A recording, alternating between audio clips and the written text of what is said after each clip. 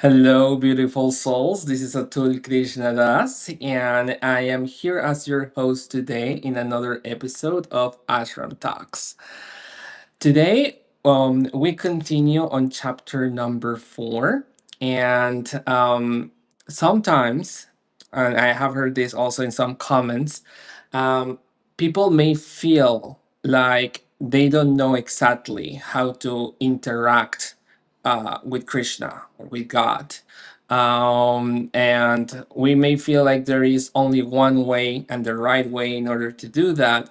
And sometimes that makes us not feel as confident in the offerings that we're giving, or if that's enough, or like, are we doing things right or properly, or I see that others may doing it in a different way, and sometimes we may not be secure enough in the relationship that we're building. And today we will have a little bit of wisdom coming from the Gita that I hope will speak to all of us in those moments of doubt or concern, or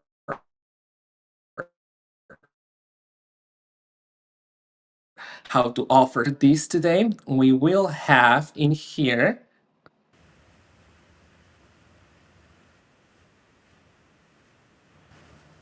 Jai Hare Krishna. Hare Dandavad. Krishna. How are you doing? Well, very well, thank you. Dandavad. Haribol. Haribol.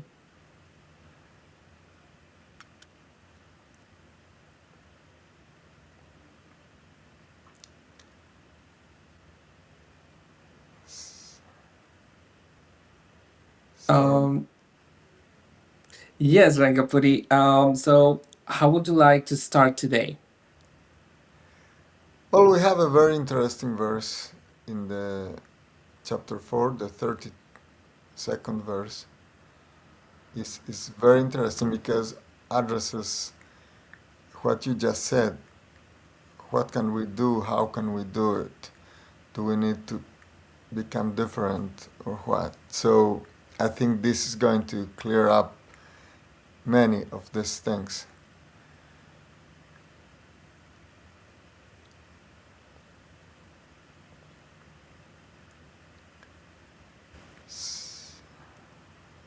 Okay,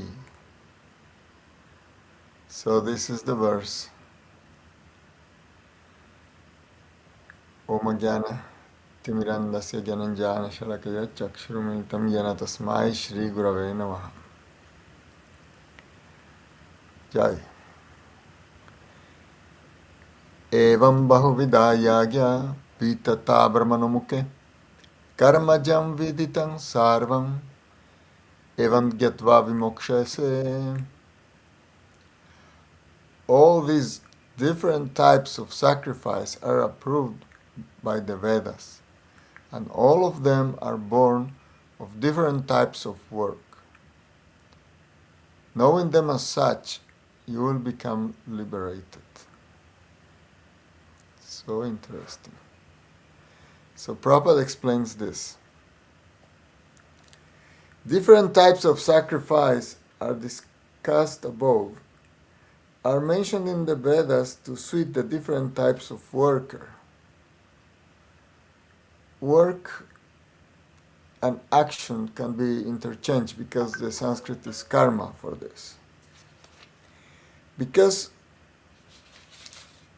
men are so deeply absorbed in the bodily concept, these sacrifices are so arranged that one can work either with the body, the mind, or the intelligence. But all of them are recommended for ultimately bringing about liberation from the body. This is confirmed by the Lord herewith from his own mouth. Evam bahuvida yagya vittata brahmanomuke karma jam viditam sarvam evam gyadva vimokshase. So, in one word, the Lord is saying, you be cured by poison. It's not easy to swallow that. But we're conditioned in this world. We think we're this body. And the Lord thinks that with your own conditioning, you can become liberated. How is this? So, all these different types of sacrifice are meant for different kind of people. Different kind of people means different kind of body, different kind of mind, different kind of intelligence. And the Lord says that there are 4 basic types of people. One is called the Brahman, the intellectual, priestly. Then there's other that's called Kshatriya, the warrior type, manager, warrior, fighter. Then there's a 3rd class of people, that's the Vaishya, is the worker, the merchant, the agriculturalist. So he's the one that produces, makes, multiplies things. And then there's the regular worker that is called Shudra, means that he's not much motivated by himself, but is ready to help others to have something accomplished. So, and the later are the more abundant. But still there are these 4, it's called natures. It's a combination, the Lord says, of guna and karma, of mode and action or work. So it's very interesting because later on, Hippocrates, some say is the father of the medicine, also talked that there is medicine for 4 kinds of people. So these 4 kinds of people are widely acknowledged, but not everybody will say that this is coming from the Gita, that this is coming from Krishna himself. They'll try to be the authors of this interesting wisdom. So we will have some surprises here. So for example, and this is already before Christ, 5th century before Christ. But he said there are 4 humors, bodily humors, and the doctors have to act differently. Once you say, no, why different? Because we are created in such a way. So in this material world, there's a variety. 4 are the main categories, and they depend on the intensity of the gunas, of the modes of nature. So you can multiply those differently. And it's very interesting because some people use the gunas as the basis for karma, and others are using the type of body. So in history, first Hippocrates and then Galen say that there is the choleric, the melancholic, the sanguine, and the phlegmatic. And they say these are the 4 types of people. And roughly they are talking about the same people. So they call melancholic the Brahmin type, the more intellectual. Then the choleric, the one that wants things to be done. He wants to get things through. He's the leader. Then there's the sanguine, the productive man. He wants to produce something. He wants to make things happen, but multiplying, making it prosperous. And then there's the phlegmatic. Phlegmatic is not so much enthusiastic by himself, but is pushed by others to action. So, later on, the famous uh, psychologist Jung, he's talking also about four. He says that's the cognitive orientation. So he's talking about the introvert, extrovert, but because there is thinking, feeling, sensation, and intuition. And then there is this famous DISC organization by Moulton Marston. That's a few years after that. He says that there's for behavioral style. So people is indirectly talking about four kinds of people every time. They're saying people that influenced by consciousness, others by dominance, other by influence, and other by steadiness. So, and then Kersey, and this is already contemporary, is talking about the idealist, the rational, the guardian, and the artisan. Nobody is yet saying we're coming from that. Probably they don't even know. But this is observed by experience. There's four kinds of people, roughly. Then, of course, modern psychology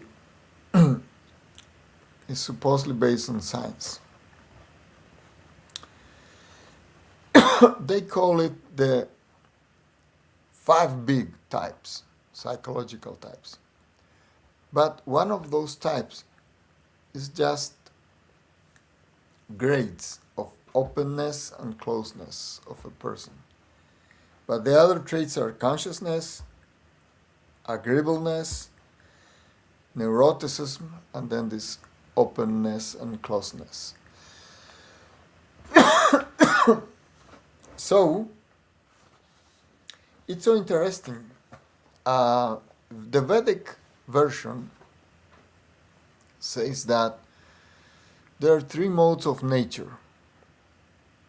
So the ones that are mostly influenced by goodness are the Brahmins.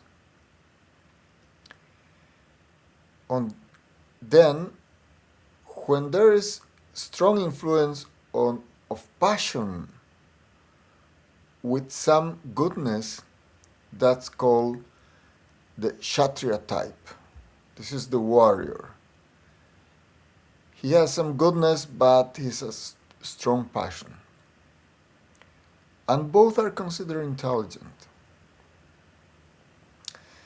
And then there is somebody that has passion, but this passion is overcome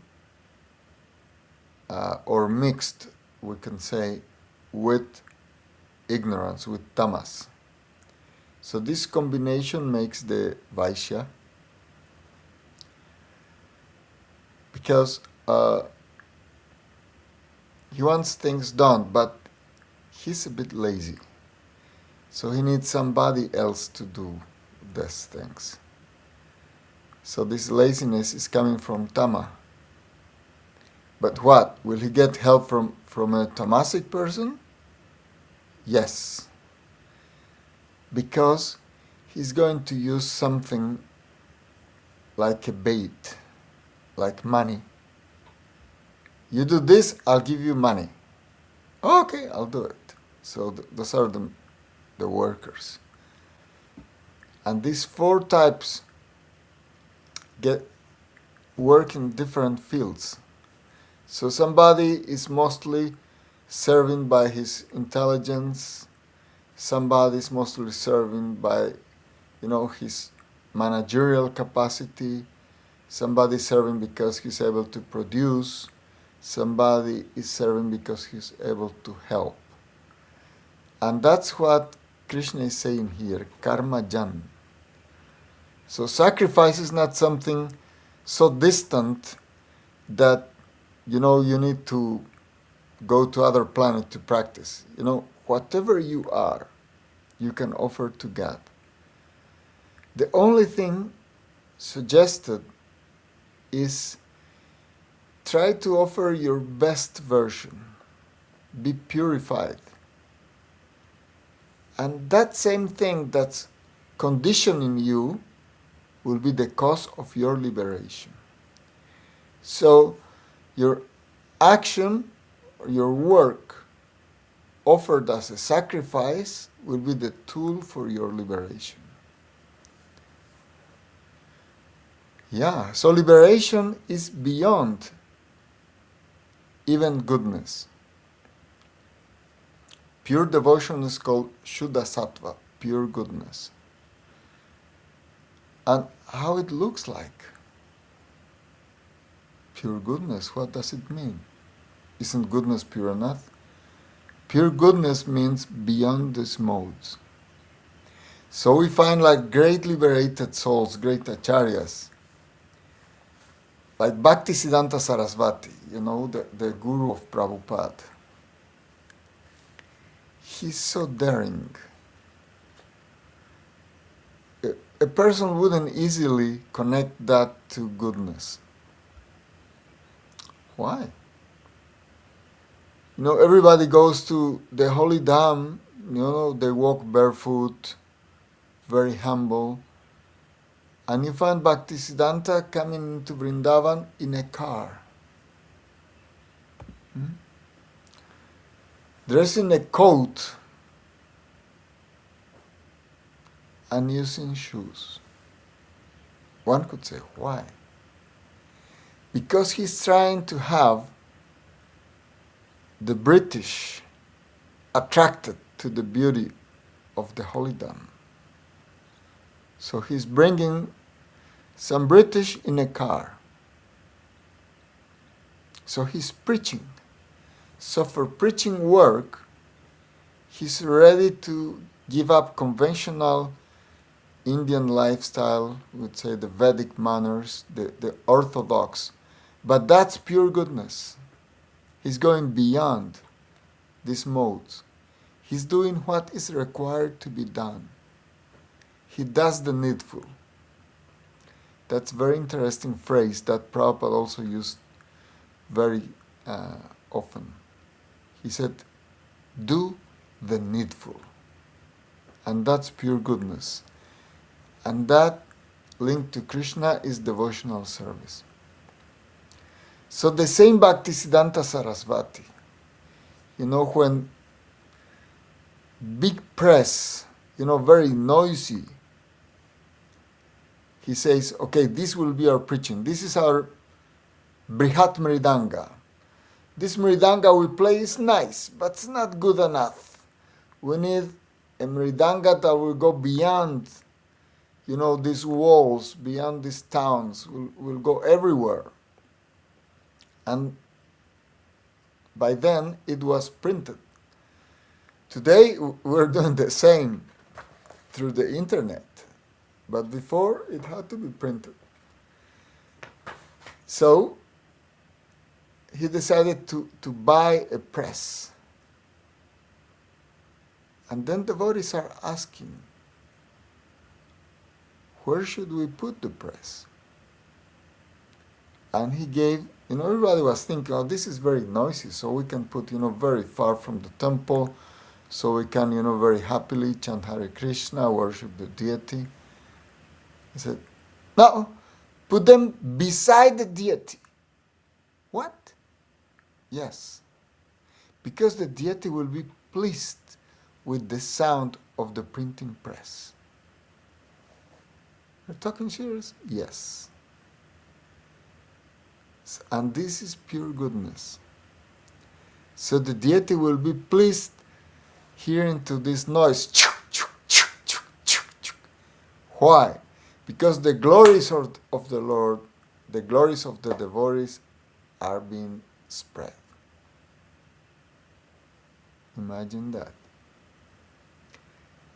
And Prabhupada himself acknowledged that Many of his god brothers were probably more learned, probably he himself said more devoted.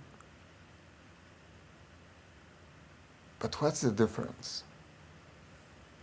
Getting something through, getting the job done, the mission accomplished.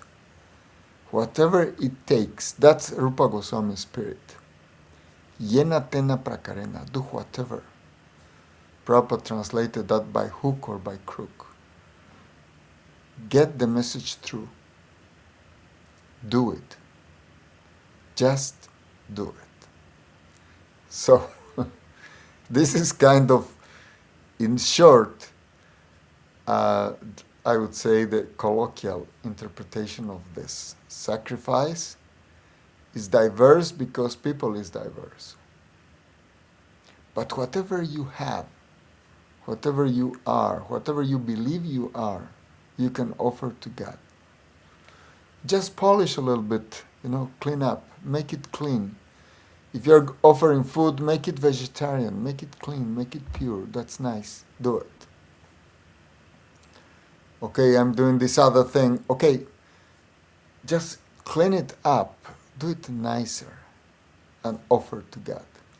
So at the same time, you're getting the best version of yourself, but at the same time, you're getting free even from this so-called best version of yourself. Get rid of the shackles. So this is a big secret, and this is a very important topic in Krishna consciousness. So Krishna himself is saying, with the same shackles you're enslaved, with those same shackles you can be liberated, delivered. So, and then the great masters, the great acharyas, are helping us. And the Prabhupada said, don't think that the pujari is more important than the sweeper. Don't ever think that.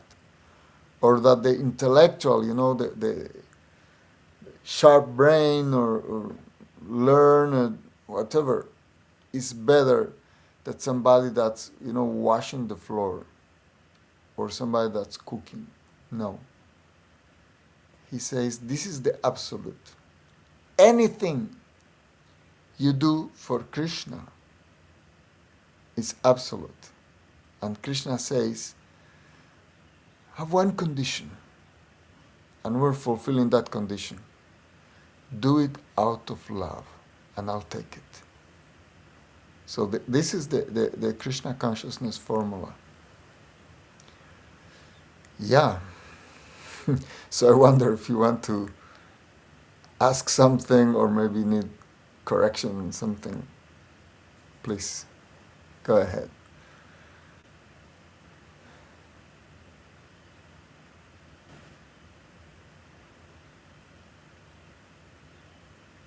Cannot Thank you hear. very much, Rangapuri, for this moment to self-reflect about what can we do in our community, or what can we do as an offering to Krishna. And I would like to get your advice on this. You're sharing with us that we can offer everything to God, as long as we do it with love. Um, do you consider that it will be still a good idea to ask advice to a devotee that has more experience about how to best to do it? Or in certain cases, it may not be as necessary, and just the intention is the most important part. You raised a very good question. So Krishna says, do through my agent. So Krishna himself, although he's God and is talking to Arjuna, he says, okay, but do through my agent. Pariprashnena sevaya. So ask these questions: what to offer, how to offer, and serve somebody that has seen the truth. So the Guru is Sakshat Hari, is the same Hari, but he's the one that allows us to exchange. When, for example, when you want to take money from the bank, you don't go and say, okay, where's the money? No, you have to go to one agent. Says, okay, go to an agent. Has to be bona fide. Maybe cashier one, two, three, four. That's not big deal. But you have to know that it's bona fide. And then that person will get the money, from wherever the bank keeps the money and will give it to you. You cannot just go, hi guys, I'm taking money. I know you have a lot of money. That doesn't work that way. So Krishna also warns us, Tat vidhi pranipatena pariprashnena sevaya. Upadekshanti jnanam jnaninastatta darshana. So even in these examples, devotees are asking the Guru, Bhaktisiddhanta Sarasvati, okay, so we're going to spread this message. Now we're going to use these big machines, and they are, very noisy and annoying. Where should we put them? And then he says, next to the deity. What? You wouldn't by yourself, I bet, anyone. The first idea is, oh, it's so noisy, let's isolate the noise. Let's put it far away from the temple so I can chant japa, very nicely. The deity can be worshipped with sweet songs like that. But you see, the Guru makes the whole difference. He understands Krishna. So we need somehow or other to go through the spiritual master to fathom what's Krishna's pleasure, what is to be offered, how is it to be offered. So it's the spiritual master that accepts that. So you come, in a very rudimentary way doing your thing. Even when we offer the food, we offer through the Guru. So we said, please Gurudev, you offer, I don't even know how to approach God, but please you do it. So even the procedure to offer the food is not direct. You go through the devotees. So the devotees are actually the most important part of the play. You cannot go to the bank and, oh, fire those cashiers. Why do I need them? Let me go straight where the money is. Doesn't work that way. You won't be allowed. So this is very important that was brought up. Thank you. Of course. So, as in many episodes, we come back to the importance about guru. So I will advise anybody who is looking, into bhakti and try to start to always begin for looking for a bona fide guru. You can ask advice in the community, how to reach different gurus to see who you connect with. And that is the basis to start offering, to start in this spot, and to have a proper guidance. Thank you very much, Rangapuri. I have in here in the comments also Colleen and Sienna, who were thanking you for the topic that you were sharing with us today. As always, I would like to invite anybody who would like to join us. We are here every Monday at 7:30 p.m. and every Thursday at 8 a.m. Eastern Standard Time. Thank you very much, Rangapuri, and thanks everybody who were able to join. And I hope to see you next time. Have a wonderful day. Hare Krishna. Jai Ho, Dandavats. Thank you so much. Haribol.